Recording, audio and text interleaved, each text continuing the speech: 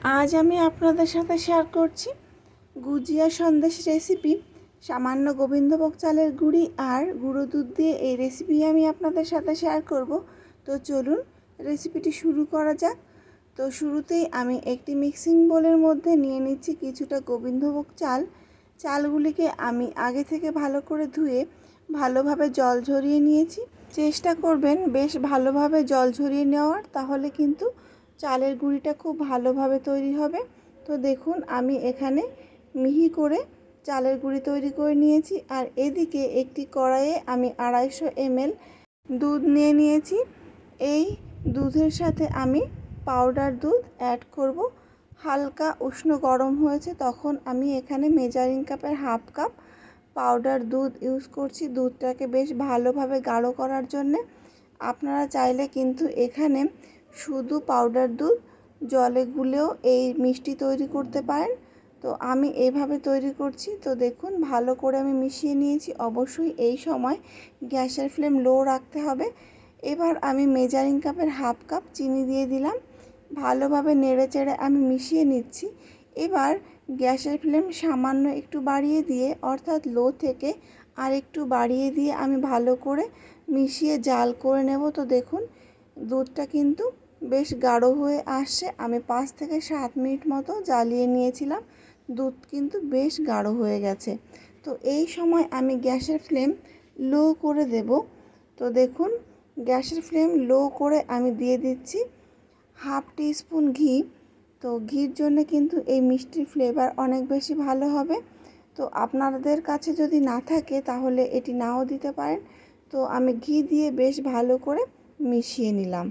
তো মোটামুটি আবারও 3 থেকে 4 মিনিট ধরে এভাবে ঘি দিয়ে আমি দুধটাকে জাল করে নিলাম। তো দেখুন দুধ কিন্তু অনেকটাই গাঢ় হয়ে গেছে। তো এবার আমি গ্যাসের ফ্লেম লো রেখে অ্যাড করছি 2টি এলাচ। আমি আগে থেকে গরম করে থেতো করে রেখেছিলাম, তো সেটি দিয়ে দিলাম আর দিয়ে বেশ ভালো করে নেড়েচেড়ে মিশিয়ে নিলাম। গ্যাসের ফ্লেম কিন্তু লোতেই আছে। তো এই সময় যে চালের গুঁড়ি আমরা রেডি করে রেখেছিলাম, তো সেখান থেকে 2 চামচ চালের গুঁড়ি আমি দিয়ে দিলাম। আর চালের গুঁড়ি দেওয়ার সাথে সাথে কিন্তু খুব ভালোভাবে মিশিয়ে নিতে হবে, তা না হলে চালের গুঁড়ি দলা পাকিয়ে যাবে। তো দেখুন আমি খুব ভালোভাবে মিশিয়ে নিয়েছি। অবশ্যই গ্যাসের ফ্লেম এই সময় লোতে থাকবে। তো আমি খুব ভালোভাবে 1 থেকে 2 মিনিট মিশিয়ে নিলাম। তারপর আমি আরও 1 চামচ চালের গুঁড়ি এখানে দিয়ে দিলাম।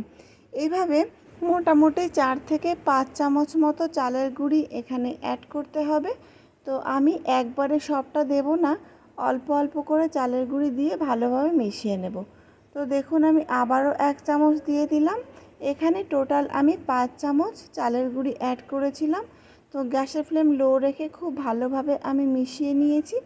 আর এবার গ্যাসের ফ্লেম একটু বাড়িয়ে দিয়ে আমি এই দুধটাকে ভালো করে জ্বালিয়ে গাঢ় করে নেব।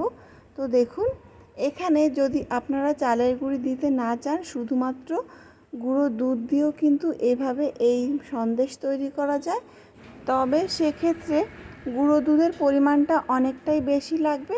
তো দেখুন আমি কিন্তু অনেকটাই গাঢ় করে নিয়েছি। দেখুন একেবারে একটি ডো মতো হয়ে এসেছে, কড়াই থেকে উঠে এসছে। তো এই রকম সময় বুঝতে হবে যে আমাদের পাকটা ঠিকঠাক রেডি হয়ে গেছে।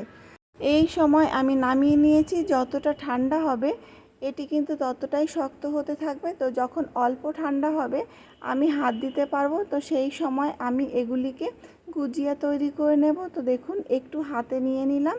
অবশ্যই এই গুজিয়া তৈরি করার আগে হাতে ঘি লাগিয়ে নিতে হবে, তাহলে গুজিয়াগুলি তৈরি করতে অনেক সুবিধা হবে।